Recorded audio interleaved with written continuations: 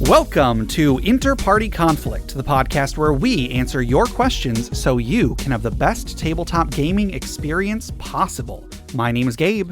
My name is Jeff. And we're going to answer your questions today. But first, I have a question.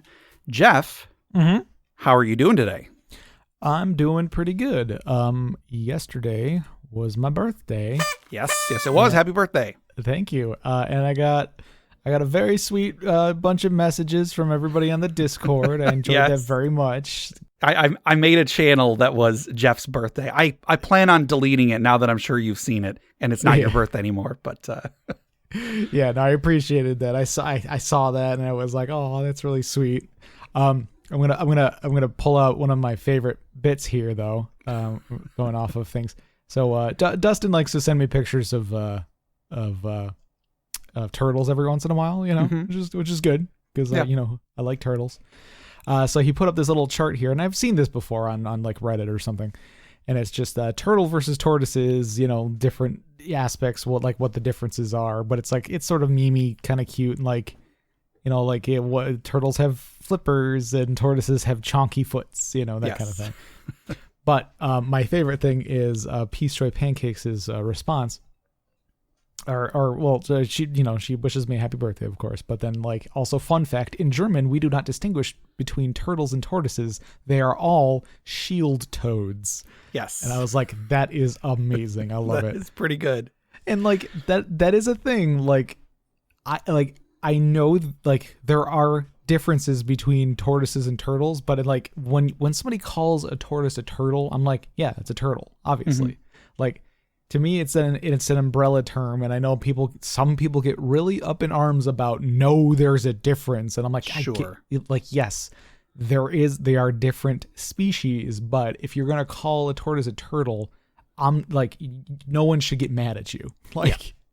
It's fine, don't worry about it, But then again, I get just as worked up in the opposite way. So sure. But I mean, depending on where you're from. Depending on the language and everything, in certain countries, they don't distinguish between the two types, it's so it's like we have words like turtles and tortoise, but other languages don't have those words. They just have the one word for shield toads, apparently. Yes. So such a good name. It's great. I like it. Yeah. So thank you. Thank you to everybody who participated in wishing Jeff a happy birthday. Yes, thank you guys very much. That was very sweet. Yeah. So how about yourself, Gabe? How you doing?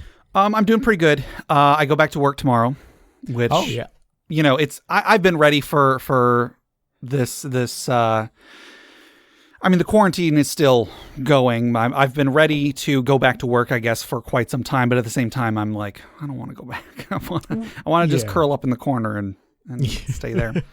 Right. Yeah, I get you. Also, it's been really hot the last few days. After it being, unseasonably cold for a while, and then also just it being rainy and so on.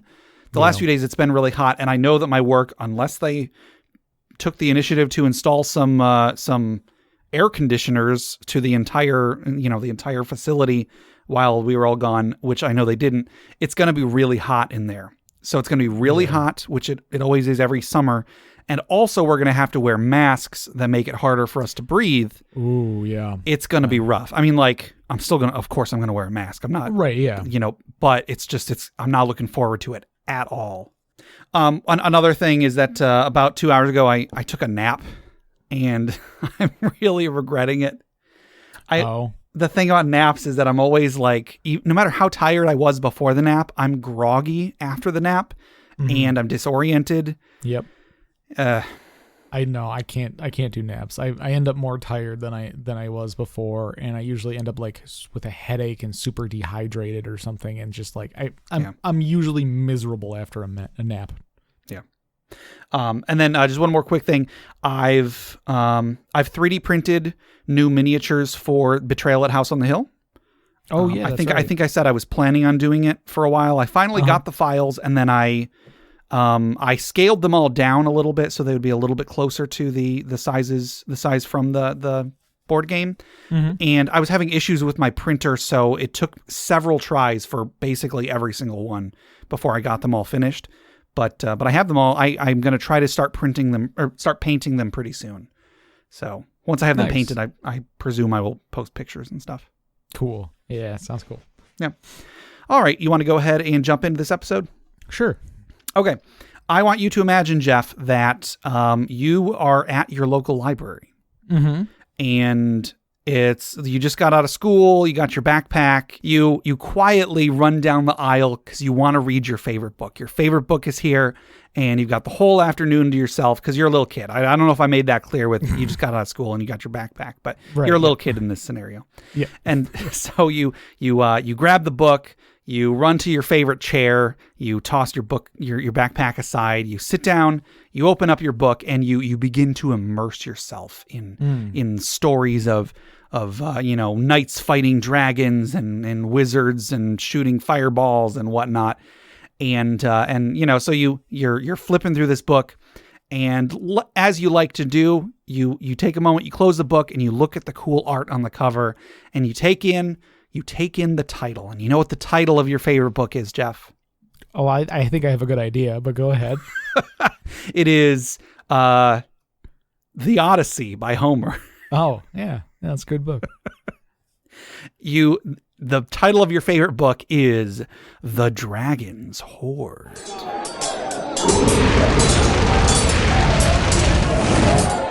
So today's magic item was submitted by Jason E. via email. That's our good friend Jason. A billion swords of justice. And he said that this was inspired by a few episodes we did a few episodes ago we did the Summoner. We did like Final Fantasy Summoner question. Oh, yeah. And he said this was sort of inspired by that. And the item in this case is called the Fiend Folio. The Fiend Folio. Yes, people who have been playing Dungeons & Dragons for a while might know that is the name of a book in like an actual D&D book. In various editions, there have been books called the Fiend Folio. But in this case, in universe, this is an artifact or possibly legendary item. Might be an artifact, might just be legendary. Most know the Archmage Izora the Great as the founder of the greatest wizarding colleges in the world. But before her teaching days, she traveled the outer planes studying fiends and penned a book of untold power. Izora's Fiend Folio is a collection of pages written with magic inks and bound in leather made of the flesh of fiends. Anyone carrying it gains advantage on any check to identify a fiend or learn of its abilities. But anyone who studies the book and makes a DC 25 Knowledge Arcana check learns the book's true powers. By spending a standard action, they can summon forth an ethereal projection of Izora herself.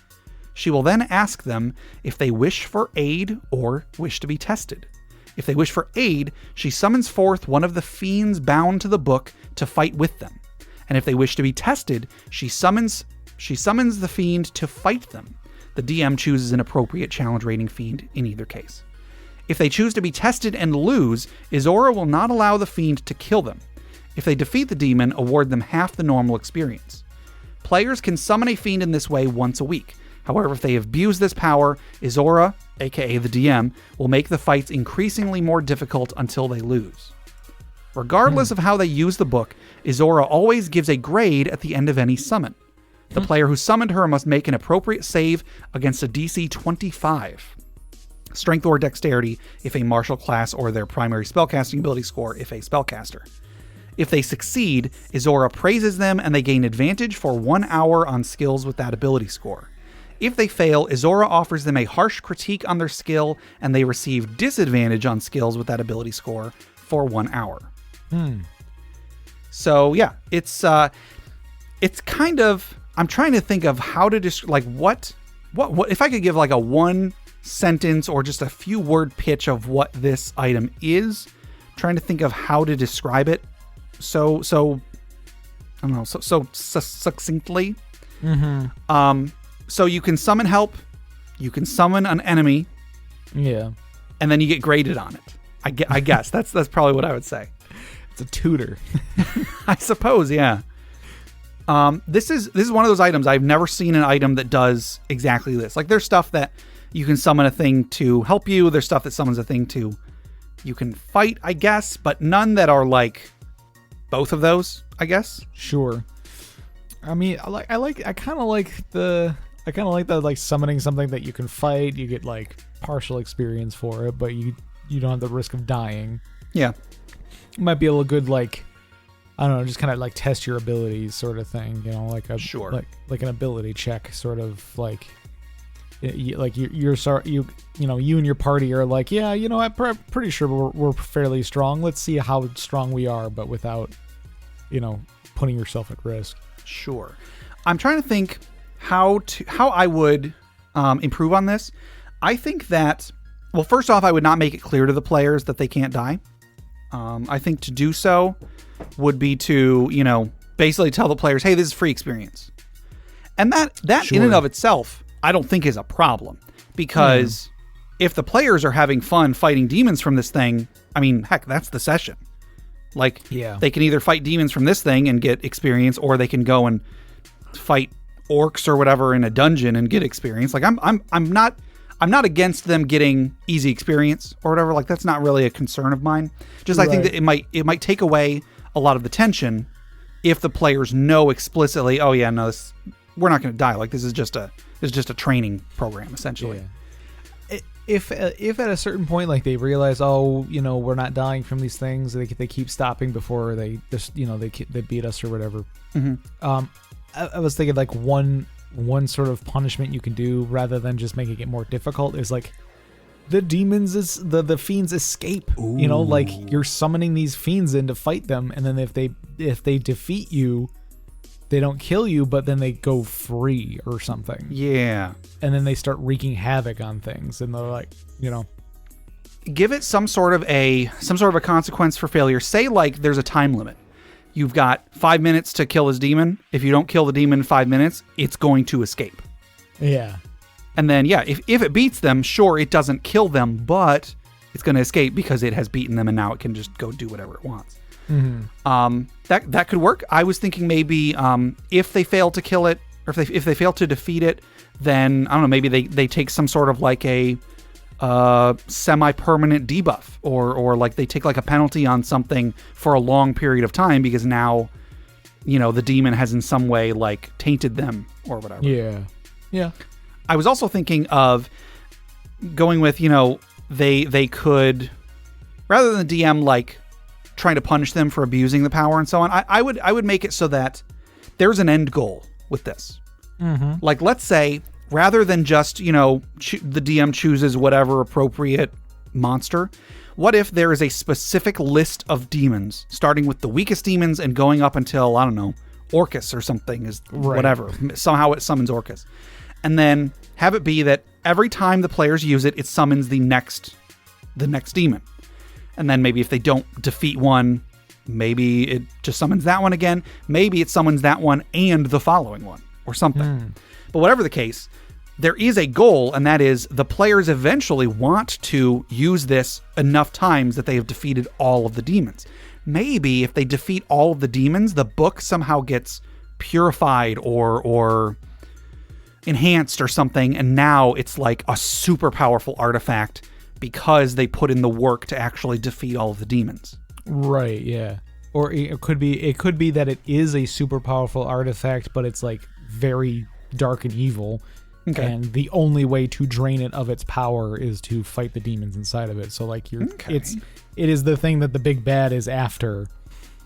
You know, and if the big bad gets his hands on it before they defeat all the demons inside, then the world ends or something, you know.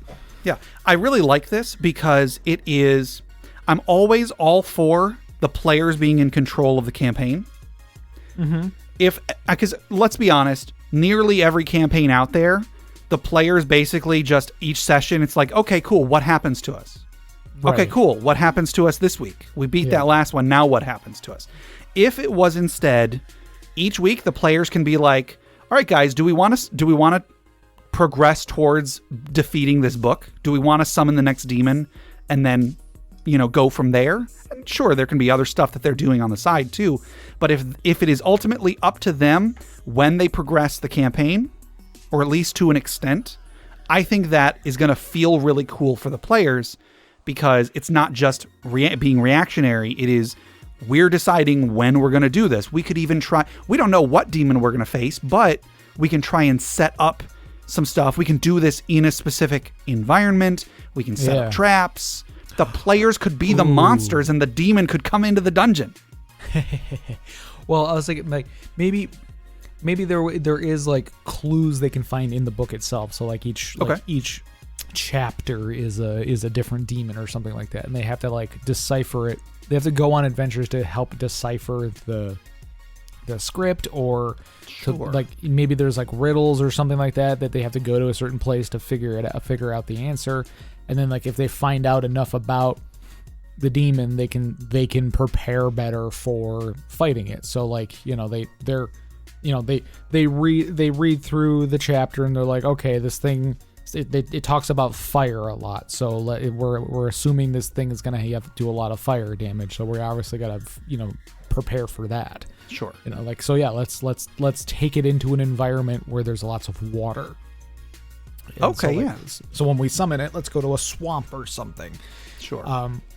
It could make mention of a like specific artifact or text or something that they have to go and find, and then they realize like, okay, this was calling for this artifact because this artifact is like, it's a blunt weapon, it does bludgeoning damage, maybe this thing takes extra bludgeoning damage or something. And I don't know, like, it could give little hints that will send them on little mini adventures to figure out how to better defeat the demon, or they could just summon the thing and try their best. Sure.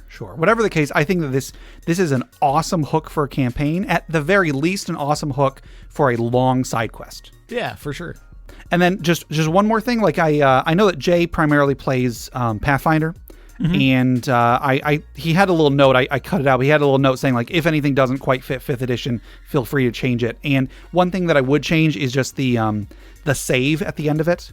So like if when they get a grade, they have players to make a save, and then if they succeed on the save, they gain advantage. If they fail on the save, they take disadvantage. 25 is a very, very high DC. In 5th edition, even a high-level character would have to roll like a 17 or an 18 to succeed on that. So I would bump it down, maybe even put it at a 20. It would still be pretty high, but still possible even for a first-level character. Just very, very unlikely. So yeah. It's still within reach of level 1. You just have to roll a 20, basically. Sure. But no, I think this is an awesome item. Thank you very much to Jason for sending that in. I think it's really cool. Yeah, thanks a lot, Jay. All right, so that'll do it for this item. That was the Fiend Folio, once again submitted by Jason E. via email.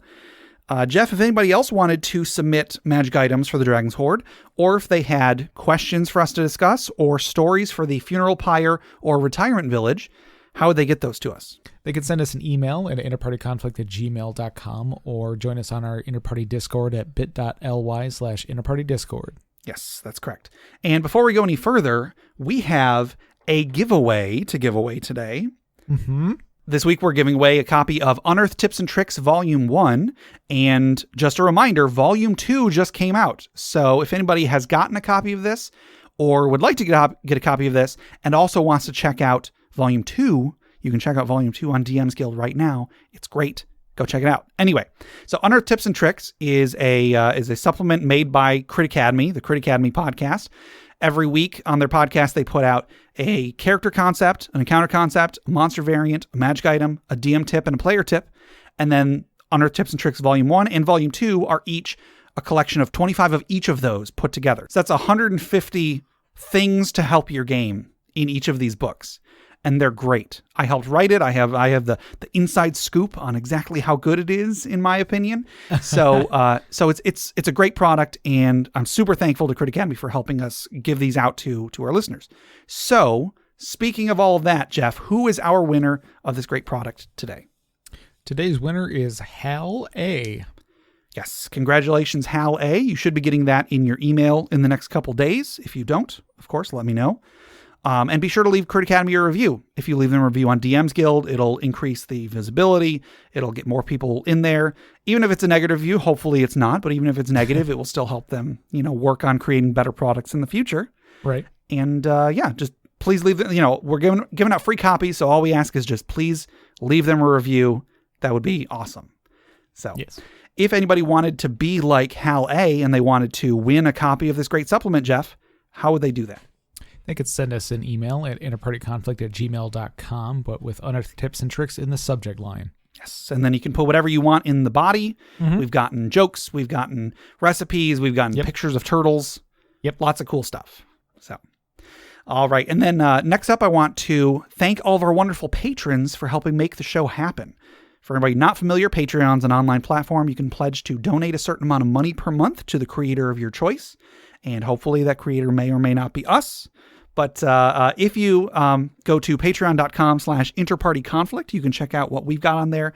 We've got a few different tiers with different rewards on each tier. We've got outtakes. We've got fantasy fiction that I wrote. We've got a monthly bonus podcast.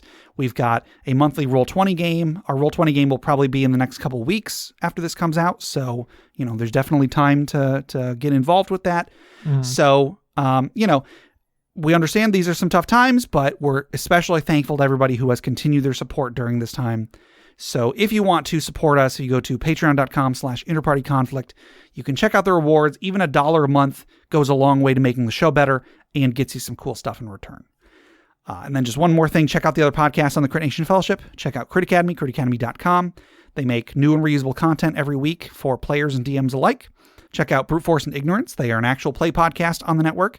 And check out D&D Character Lab, where Garen and Dan made characters every week and pitted them against each other to debate whose characters were better. Enough with all the preamble. Let's get into some questions, Jeff.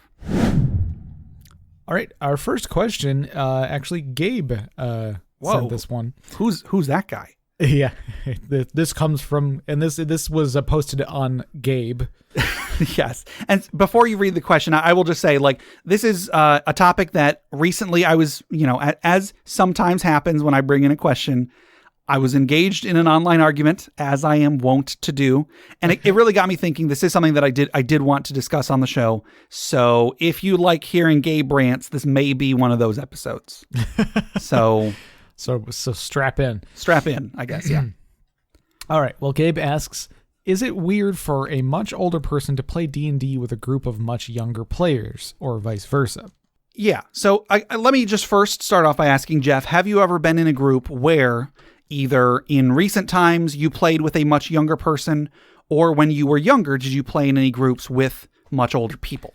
And I guess let me further clarify by saying, feel free to specify whether it is a relative or not a relative, because the discussion that prompted this was specifically about someone that is not a relative. Right. Yeah. I haven't had this scenario at all. Just because most of the people I've played with are around the same age. Yeah.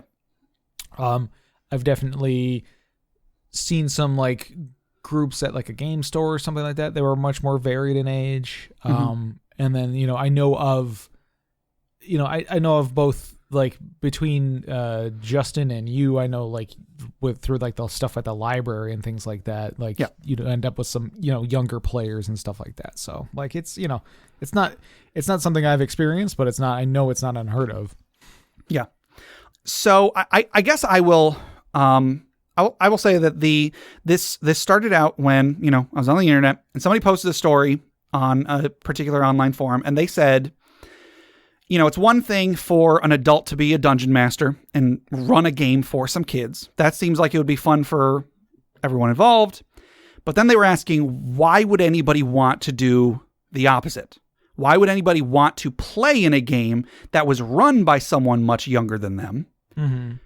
Or just play in a game where most of the other players were younger people as well? And again, not someone that is related to them.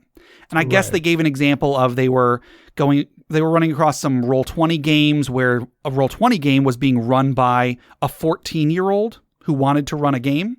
And then they noticed that most of the people in the group were around the same age, but then there were 3 dudes that were around the age of 30. And then they were like, that's weird, right? And, there were when I first got there were a lot of varying responses. I didn't really read any of the responses. I just kind of gave my own response. And I'll just start off with my response was, it's only weird if it's weird. Sure. It's not weird by default. Yeah, it's not inherently weird, like it might be unusual, like, yeah, because you're not gonna see that all the time. Like, Sure. You usually see groups of friends and groups of friends are typically within a few years of each other. Yeah. So it's not your typical D&D group, but it's not inherently weird. Yeah. And I guess when I respond to this question, I am coming from, I'll give a brief history of some of my play, some of my play experience. I've probably mentioned most, if not all of this, at some point in the last 170 episodes of the show. But when I first started playing D&D, my first group, I was in high school. I think all the other players were either in high school or had just graduated high school. So we were all within 3 or 4 years of each other. I was 16, I think, when I started. Maybe I was just barely turning 17, whatever the case. 16 or 17 is my age. The oldest person in the group was probably 19 or something. We were pretty close in age. Mm-hmm. Now, I played with them for a little while, left that group, started a group with our good friend Jay, who actually just submitted that magic item. Also our friend Steve. Mm-hmm. And, so we were all within a year of each other, a year or two. And then after that, sometime during my senior year of high school, so I was either just turning 18 or maybe I'd been 18 for a few months. I started playing with who is now, our friend Chris, who I've been friends with ever since. Dang. And Chris is quite a bit older than me. He is not quite a bit. I hope he's not listening to this and thinks that I'm calling him an old man. I was 18 and I think he was around 30 when we started playing. Maybe he was late 20s. I could be mistaken. I don't remember exactly. Spoilers, I don't know exactly what age he is now. So I apologize, Chris, if you're listening to this. But I started playing with him, and he and his girlfriend were in the group. Also, I think the guy who invited me into the group was like in his 40s. So these were all much older people. And then we even, for the most part, it was the 4 of us, but the guy who ran that initial game, his name was John, he invited a couple guys that he worked with that were his age or possibly older. So like I was very much the outlier in this group. I was 18 among people that were in their, 30s or so, 30s or older. And looking back, like, yes, I was a little bit intimidated, but the person who originally brought up this topic did say like, yeah, kids are going to feel intimidated DMing for someone older than them. And absolutely, the group we were in, we switched up DMing. So like when I first started, I specifically didn't DM for any of them because I was very nervous. But they made it clear, anytime you want to, you are welcome to run a game. And so, we played for a while. After maybe 3 or 4 months of playing with them, I ran an adventure. It was real bad. Somebody else ran after that. I ran another adventure after that. It was also probably pretty bad. But at no point did any of them make me feel like I was not welcome. None of them made me feel like I was less of a person than anybody else in the group. So to answer the question, I'll just say this right now. I think it's perfectly fine. Now, the concerns of the person who brought up this topic, as well as a lot of people that responded, they were coming with a lot of judgments.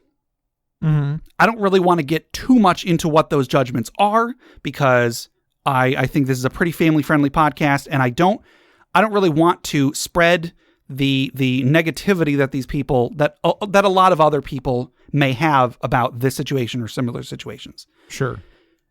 If people want to play D&D, they want to play D&D.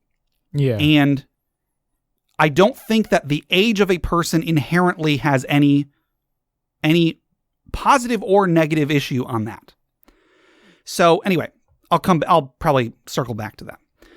So I played with this group. Chris, Melissa, and John were the three, these 3 older people that I played with for a long time. And I am so happy that I was in that group because I learned so much from playing with people who knew what they were doing, who were respectful, who treated me like a person. They treated me like an adult. And I was 18. A lot of people would say that I was an adult, but I could be wrong, but I like to imagine that if I was, say, 17, they wouldn't have treated me any less of an adult. Right. Now, after that, I played with people of varying ages, but in recent years, there were some more things that further solidified my stance on this type of issue. First, I will say about 5 years ago, Chris actually brought along his stepson, Zave. When I was running a game, about 5 years ago, I was running a 5th edition game when 5th edition first came out. Mm-hmm. And I will be honest, when Chris first asked if he could bring Zave with him, I was apprehensive. I was apprehensive because I didn't know Zave, and hearing that he was young, if I'm not mistaken, Zave was 14 or 15 at the time.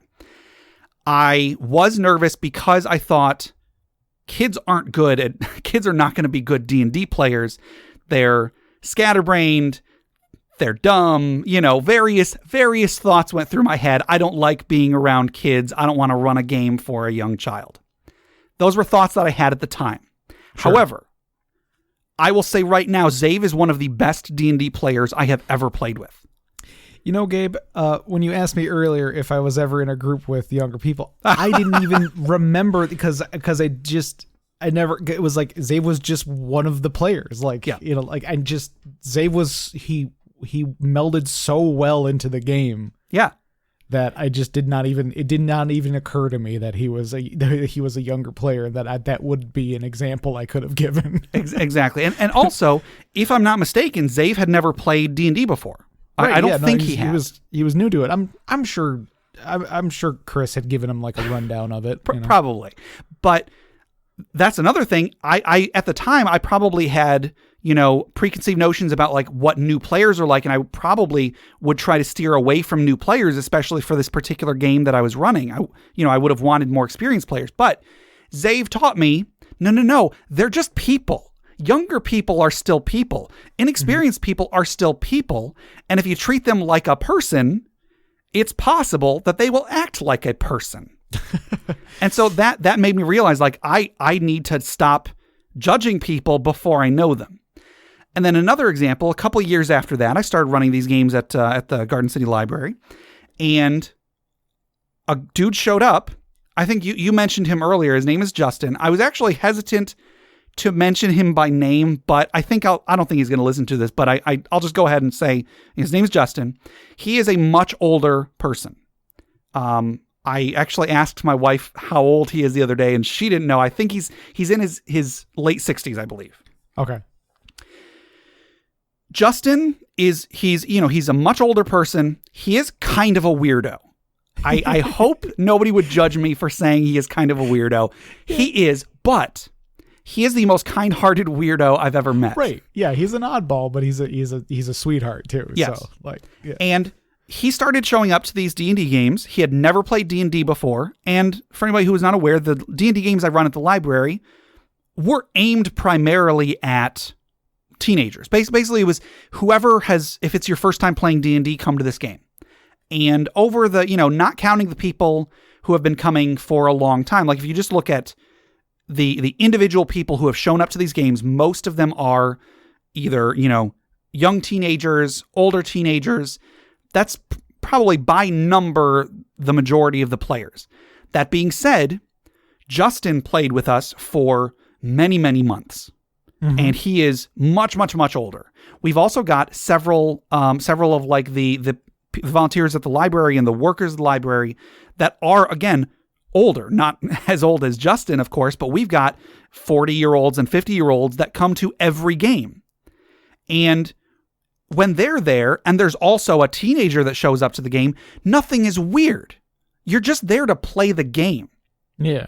Now, the judgment that people are passing is that, something inappropriate is going on. Either somebody has an inappropriate interest in these children, or these older people are emotionally or developmentally stunted. Why else could they possibly want to do a leisure activity where children are present? Right. And that's what I have issue with. I think that is such a close-minded view of what people are. If you say, I will not take part in this activity because I don't want to associate with children, that doesn't say anything about children. It doesn't say anything about people's interactions with children. It says something about you. If you cannot fathom, and this is almost a direct quote from the person who started this thread, This person said, I cannot fathom why an adult would want to play in a game that is run by a child.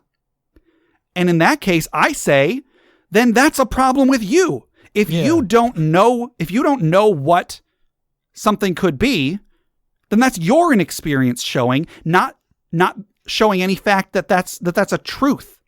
It is not a universal truth that children, that teenagers can't run a good D&D game. I'll say right now, I would play in a game that Zay was running in a heartbeat if I was available. Right, yeah, exactly. If my only way to play D&D was my neighbor's little brother really needs a third player or something like that, and it's like, I'm like, well, if I was available, I'd be like, sure, I'll give it let's give that a shot. Sure. And another thing is that there were a couple other people in this thread that were of like mind with the original poster, and they were saying like, I wouldn't want my kids dealing with whatever. And to me and to anybody else who said, no, I mean, it's not a problem. It's just people wanting to play D&D. They kept making these straw man arguments. And for anybody who's not familiar with a straw man argument, it is when you're debating with someone, and rather than attack the stance that they are defending, you create a stance that is similar but unrealistic, because it is easier to attack that stance than to actually attack, or it's easier to attack that opinion than actually attack the opinion of your opponent. And so what these people were doing is basically they would be like, so you're telling me you would just drive up to a group of 13-year-olds on the street and strike up a conversation? And it's like, nobody said that. How in the world are you taking that from what I'm saying? That's not what I'm saying at all. If I was on Roll20, which, if I'm not mistaken, does not make it standard to show the age of the people taking part. Right. I think in the case that the original poster said, the DM said, I'm 14, I'm running a game. Okay, cool. But people aren't on, if anybody is on Roll20 and they're like, ooh, let me find some children to play with, that person is the problem, not the fact that they are old is the problem. That particular person is the problem. Right, yeah. I have played with some weirdos before. They're weird because they're weirdos, not because of their age. Right. And I said Justin is a weirdo, but not that kind of... Justin seems like a weirdo. He's a super nice guy. Nice guy. The friendliest person. I have loved having him in our game. And I love that he was willing to branch out in his old age and join a hobby he has never been a part of. Because there are two big problems I have with this type of attitude. Number one, it's going to scare everybody into ever branching out from their comfort zone. If you are 60 years old and you have never played Dungeons & Dragons before, do you have any other friends that play Dungeons & Dragons? Probably not. If you don't, what are you supposed to do? Just say, whoops, I can't ever play Dungeons & Dragons? Even in today's modern times where you can go online and you can experience a Dungeons & Dragons game with anybody on the globe. If Justin went and tried to join a Roll20 game, if he made it known that he was 60 years old, I guarantee the original poster of this issue would think he is a weirdo because he's playing with people that are not 60. Is there some way that Justin can only search for 60-year-olds? And is there any reason he has to search for 60-year-olds to play D&D with? Absolutely not. He should be able, if he wants to test out this game, he should be able to try out this game with whatever is available. Right. If someone at a particular, if Justin showed up to a library game and someone was uncomfortable, fine, you can leave if you're uncomfortable, but that's on you. That's not on him. Yeah. He has never done anything inappropriate in any of the interactions I've had with him. And I've had a lot of interactions with this man. He is such a nice person. And for someone to judge him based purely on his age is so insulting to me. And the fact that someone could play D&D and could purport to be a fan of Dungeons & Dragons and to know what type of a game this is and how vulnerable you are when you play this game, for someone to then judge someone else for such a superficial issue is insulting to me. I hate that there are people like this person in our hobby. Sure. If someone wants to play Dungeons & Dragons, play Dungeons & Dragons. Yeah. If it makes you feel better making sure that the parents are involved, or fine, parents should be involved with if there's a 13-year-old playing any game, their parents should be involved. But Sure. Because the parents should be involved, not because they're worried about every person over the age of 18 is going to try and take advantage of their children. I mean, I understand that there are awkwardness between like large age gaps, just as far as like any social situation goes. Like if I'm in a conversation with a much younger person, like there's going to be some awkwardness there. Like there's a generational thing, it's like we're exposed to different things at different, like in our childhoods, like, like having a conversation with my niece can sometimes be difficult because she doesn't like half of the things that I experience, she will never experience because that's just too far, in the past as far as like technology and stuff like that, It's like trying to explain to my little niece that no, that's not a touch screen. Stop putting your fingers all over it. Like, sure. Like, don't touch my computer screen. It's not going to do anything. Like, it's just going to put fingerprints on it. Like, things like that. Like, yes, there might be some, some things that are lost in translation as far as age goes, but that's not, that doesn't make it weird to, enjoy the same hobby together. Yeah. I mentioned that, nobody is saying they would just drive up to a group of kids on the street and strike up conversation with them. I wouldn't drive up to a group of people my age and strike up conversation with them. Sure. You know what I mean? True. Like, yes, there is differences between older people and younger people. There is generational gaps and such. But like, there are people who would still be able to strike up a conversation with someone at different age as them. And that's not something wrong with them. Yeah, there are, I would say, most people younger than 20, I probably have very little in common with. I would probably have a difficult time in any way connecting with them, even just in a conversation. Yeah. I acknowledge that. That being said, that doesn't mean that I should look at anybody under 20 and just say, oh, there is no possible reason I would ever want to associate with that person ever. Right. You're basically trying to exclude an entire age group of people from your existence. Like, it's like, well, I'm just never going to interact with young people. Young people are worthless to me, and then at that point you're making them less than human. You're treating them as less than a person, which is exactly wrong. Right. And like, again, probably most of them, again, are not going to be running. Most people under 16 or whatever are probably not going to be playing a D&D game that is interesting to you as an adult. And that's fine. Nobody is saying that, oh, every game that has children, that's the game I want to be in. Nobody is saying that. But if you join a game and you see, oh, there's some kids in this game, well, hopefully it'll still be good. And guess what? That's exactly the same attitude you have regardless of age. If you join a Roll20 game and they're all people the same age as you, you're still going to be like, well, I hope it's good. Right. Yeah. You still have the same expectations of like, I hope I'm going to have a good time here. Yeah. Because spoilers, most players suck. It's not just children. Most players are bad players. Yeah. We're, none of us are perfect. We're all still learning, no matter what our age is. And also, like, how many freaking D&D games you got going on that you're able to pick and choose, like, oh, that one has children in it? No thanks. I'll get the next one. I mean, like, I understand Roll20 has made it very easy to join a game. That being said, again, I don't think Roll20 makes it abundantly clear how old the people are in the game that you're about to play in, unless they volunteer that information up.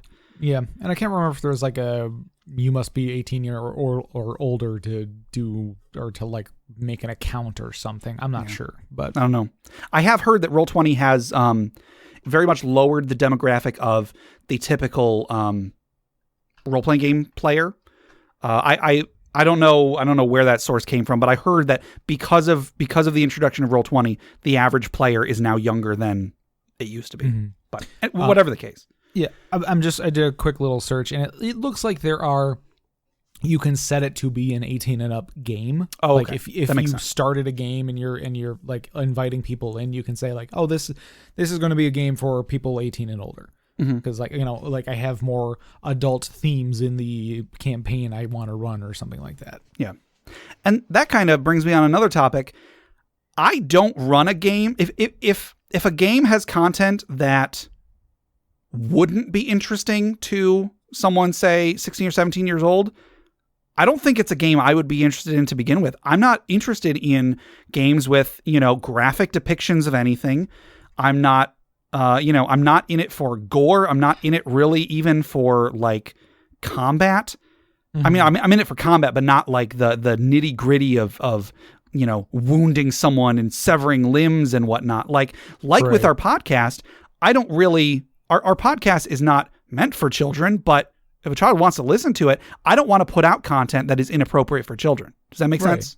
Yeah, no, I get it. Similarly, I wouldn't want to run a game or play in a game that is inappropriate for children to play in. Again, I am not saying I'm seeking out children to play with. Nobody is saying that. But if a child is in a game, if I go to a game and some child I don't know is in the game, I'm not going to be like, oh, I'm uncomfortable, I'm going to leave. Because if I am, that says something about me and my uncomfortableness around other people, not my age and not the child. Now, I mentioned there were two main issues that I foresee as being problems with this. And one is just the judgment that comes from people who are ostensibly in this hobby that, D&D players 30 years ago were incredibly ostracized. Nobody had the luxury of being able to say, sorry, you are too old, or sorry, you are too young to play this game.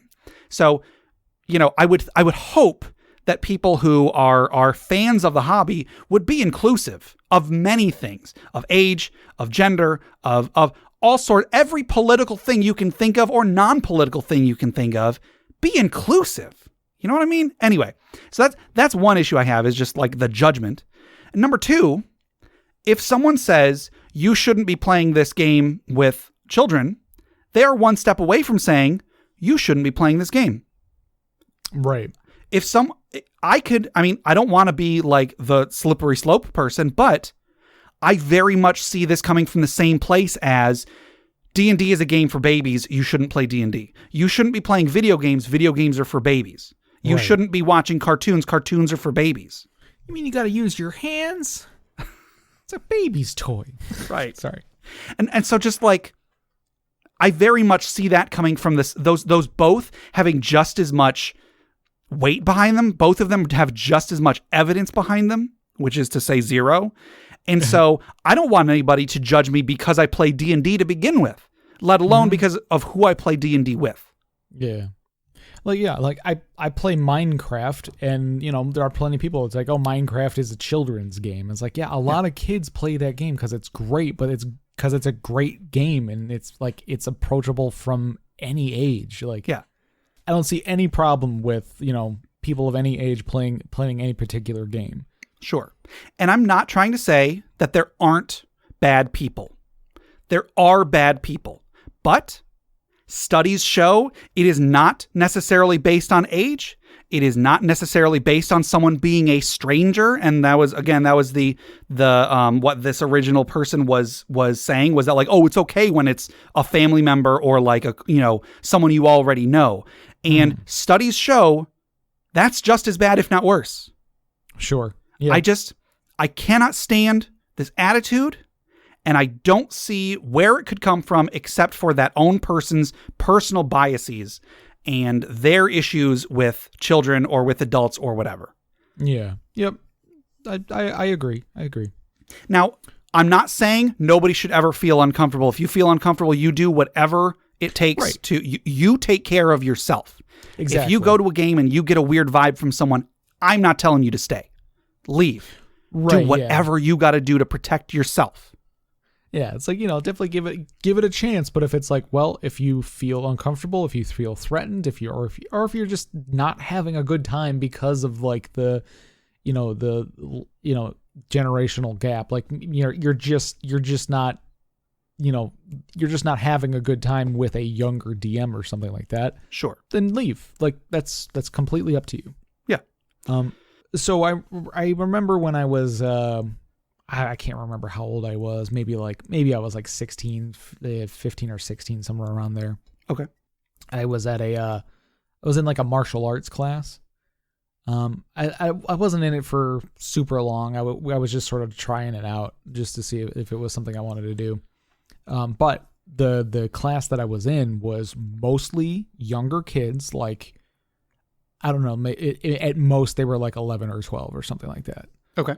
And then a handful of like older people, like probably in their 40s at least. Sure. So like I was like smack dab in the middle, and for me, like, it was definitely awkward. But when I got into like the actual like doing the class and everything like that, it didn't matter, like, because everyone was learning the exact same thing. You know, everyone was starting on the exact same level because we were all just beginners and just wanted to, you know, do a physical activity, you know, recreational thing. It was at like the civic center of the city I grew up in. And so, like, you know, it's like there's definitely, you know, there was some awkwardness, but like it meant nothing as far as the actual like content of the class went, you know? Sure. One thing, when I did first read this guy asking about, you know, is it weird for old whatever? My first thought was, if I went to a local park and there was just like a game of ultimate frisbee or touch football or whatever that like anybody could join, I would not bat an eye if there were 14-year-olds and 30-year-olds in that same group. Like, who cares? What does it matter? Similarly, if I join a book club, which I think is much closer to D&D, I absolutely would not bat an eye if there were adolescents and grown adults in the group, because it's a book club. So what? Who cares? Mm-hmm. Same thing with D&D. It's just someone wants to take part in an activity. They want to do something they enjoy. Who cares the age of the other people that are in the group? Yeah. Someone could make the argument, oh, well, what insights into a book is a 14-year-old going to have? I don't know, but something. Doesn't mean that they can't. Doesn't mean that a 14-year-old could never possibly see something that you don't know. Right. And it's, at least in that example, like it's sometimes really good to see the perspective of somebody who has a like fresher look on life. Like, absolutely, somebody who doesn't have 30 years of mental baggage working around in their head, like, can see something more plainly and from a, you know, perspective that you wouldn't see, because, like, you know, I'm trained to see this thing in this one way because of an experience I had, but somebody who's never seen it before is just gonna blow my mind as to is you know, if a fresh perspective is always welcome. Absolutely. I think one of the reasons why I enjoyed having Zave in our group so much was that he didn't have all of the baggage. He wasn't jaded from 30 years of playing the game. Yeah, he wasn't rules lawyering like I do, because like anytime I play a game now, I am so stuck in the rules because I've memorized so many of them that like sometimes I forget to have fun. And Zave was just having fun, and absolutely it was great. he surprised me every time he opened his mouth in that group. It was great. And then, like, on the opposite end of the spectrum, I played, you know, I've had a DM. I've talked about like the worst DM I ever had when I lived in Tennessee, who he would back up every bad call with, "I've been playing for 30 years. I know what I'm doing." Right. And so, like, what do you mean a 14-year-old could not possibly whatever? Because the fact that you doubt them it means that they're going to have things that you didn't consider because you're only considering their age. You're not considering anything else. So frustrating. Like, absolutely. If you feel uncomfortable with something, then fine. Feel uncomfortable. Do whatever you need to do to keep yourself safe. If there are children, their parents should probably have an idea of what they're doing, but less because of the other people that might be there, and more just parents should take an active role in their children's lives. Right. Yeah, exactly. Like, yeah, it's, you know, if it's a kid who like snuck out of his house to go play D&D with a bunch of strangers or something like that, I mean, I'm like, sure, like, you know, it could be a thing where like, yeah, you should let the parents know where the kid is, sort of thing. It's like, you know, parents should know where their kids are. Yeah. Parents should also educate their kids on conduct. Right. Yeah. You know. So, but yeah, No, nothing inherently weird about Absolutely about the age gaps. It's like I said before, it's weird if it's weird. It is not weird by default. Right, exactly. Like there are specific situations where it can be weird. Yeah. But you could say that about anything. Yeah. I wouldn't ever want somebody to like go to a local gaming store where somebody's running a game, and I wouldn't want someone to exclude other people, just be like, oh, you're too old, or you're too young. That's so awful for the hobby. You know what I mean? Anyway. Yeah, no, it's better to have more people. Like this is like a sort of thing, like we want to pass this down to younger kids anyway. Yeah. Like we want this hobby to continue. We don't want it to end with us. Yeah. Yeah. Anyway, so thank you all for listening to me rant about something that I wanted to rant about. Gabe rants. Woo. Occasionally I'll just bring something in because I mean, a small peek behind the curtain, like we have a lot of questions that have been submitted, and we pick the ones that we have stuff to talk about. If we don't have something to talk about it, we'll wait until we do. So, I had something to talk about, so that's why I brought this in. Anyway, so that'll do it for our regular questions for today. We do still have our social media questions though, and our last social media question was, have you ever made or eaten any fantasy-inspired foods? Do you recall what your answer was, Jeff? I don't think I have, but yeah. I've seen some pretty bizarre like recipes and stuff online for such things. Yeah, I don't think I have either, and I would love to. Maybe next time I'm able to have an in-person game, maybe I will. Mm-hmm.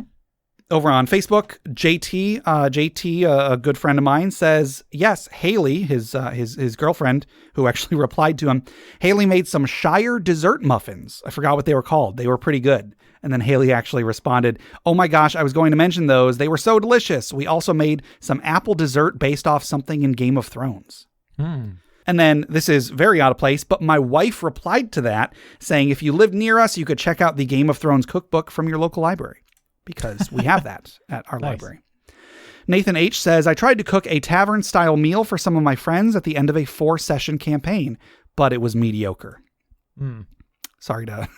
Oh, and he actually added one more thing. I have also eaten in a tavern in Krakow, Poland, that was all decked out in medieval decor, and they had delicious pork knuckle basted in bone marrow, with steamed potatoes and vegetables and fantasy-style drinks. Oh, that sounds good. That does sound pretty good. Colin W. says, no, but I have eaten buffalo chicken cheese dip. That is fantastic. Okay. I like that. Yeah, I mean, you can interpret the question however you want. Yep. Ryan P. says, I have made lembas bread from Lord of the Rings and sweet rolls from Skyrim. They were both delicious. And the photo I used for this was a person's recipe for lembas bread. We didn't have anybody on Twitter, on Reddit. We just have a couple. Hui, I think. So weird. There's a weird combination of letters, some of which are capital, so I don't know if that's a name or an abbreviation. But Hui says, does second breakfast count? My response was, I'll allow it. Alstar the Minotaur says, my girlfriend made lembas bread once that was pretty good. I'm pretty positive it was just focaccia, and she called it lembas bread, though. Also, one bite did not fill me up for a day to know if it was a problem with the recipe or if I'm just an anomaly. I'm going to go with an anomaly. And Sapphire Shattuck says, I have a really bad habit of seeing food in video games and immediately trying to cook them. One of my favorite things to do now, when I know we will have a big group over, is cook one of the meals from Monster Hunter or cook foods exclusively from Skyrim. Yeah, the Monster Hunter meals are ridiculous. Yeah. They have these like very detailed cut scenes of like the chefs like making the food and everything. And Gotcha. It looks so good. If I'm not mistaken, I believe Sapphire Shattuck's on her podcast a while back, she ran a game where the entire battle mat and all the miniatures were all edible. That's really good. I want to say like the battle mat was like intertwined, those like candy bacon things where it's like taffy or gummy or whatever. And I think the miniatures were all gummy things as well. So, or either gummy or cookies. I can't remember. It's been a while. Right. And then over on Discord, we have a few. E. Thompson03 says, I've had the butterbeer at Universal Studios and the blue/green Star Wars drinks at Disney. The butterbeer was amazing. The milk, not so much. That's a good point. Yeah, I did go to like a Harry Potter themed party, and we did have some like Harry Potter like themed like food, like butterbeer and things like that.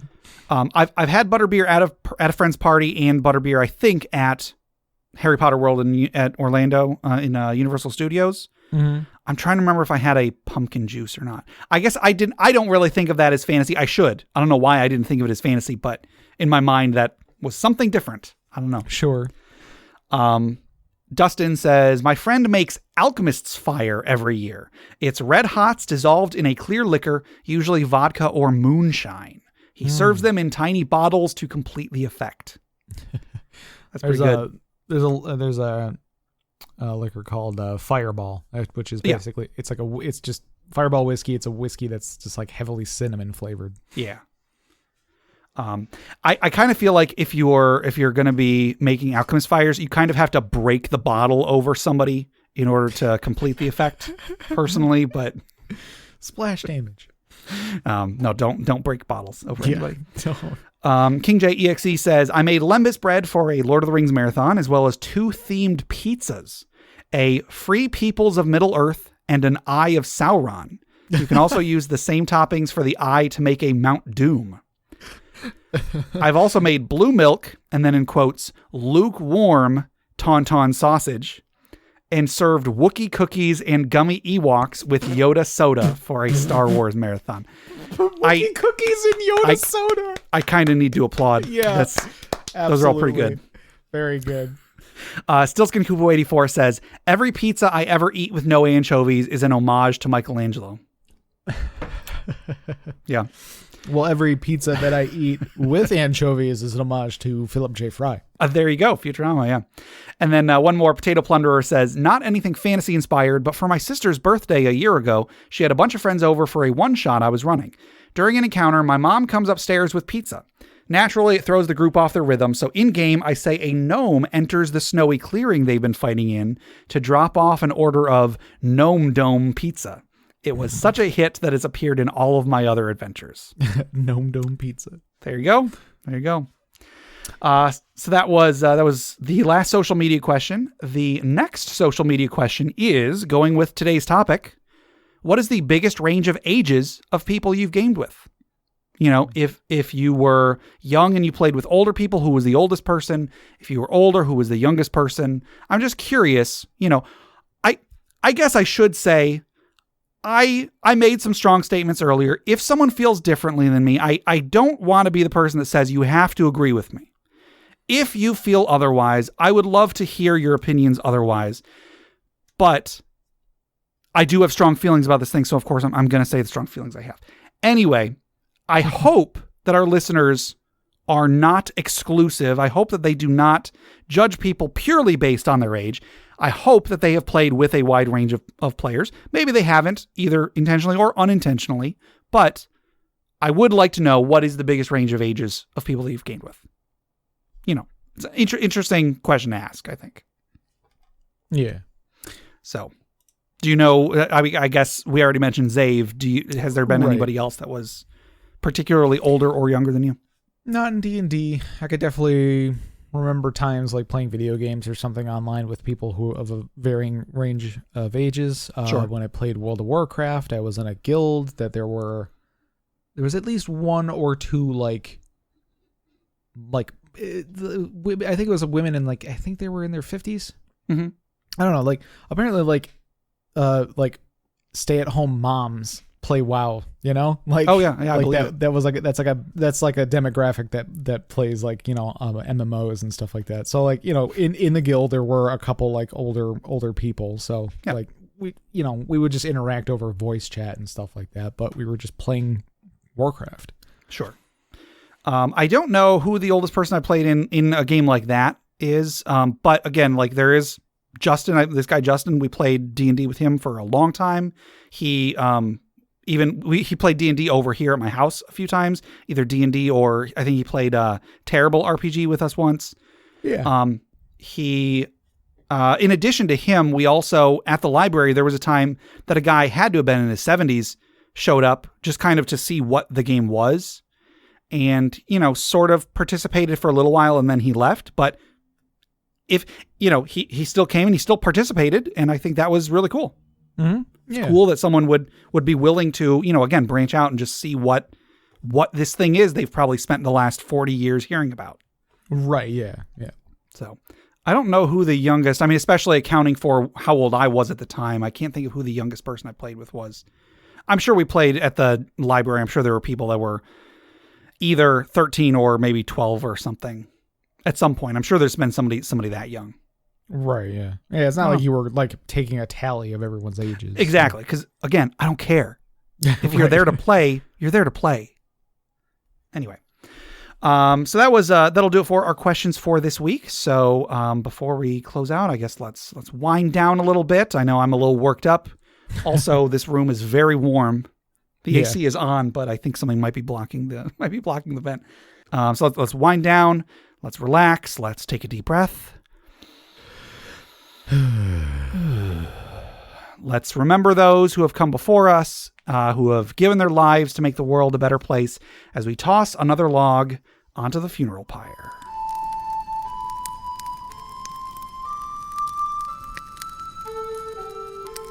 Today's funeral pyre was submitted by Dustin via Discord, and he says, one of my longest running players was a Master of the Mask rogue in 3.5.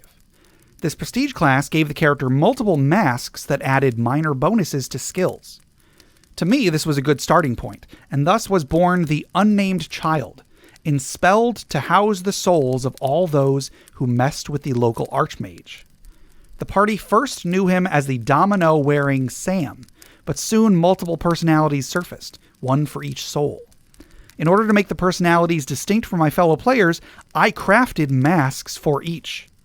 At the outset, it was clever and fun, but the campaign lasted 3 years. Towards the end, there were 6 personalities. It became too much for the other players, and I was asked to tone it down. So I had to kill them off. I chose one soul to live, Max, a shadow assassin. Inside the mind of the character, he began killing off the other personalities. In real life, this consisted of me standing in my best friend's kitchen, talking to multiple masks as each was slain.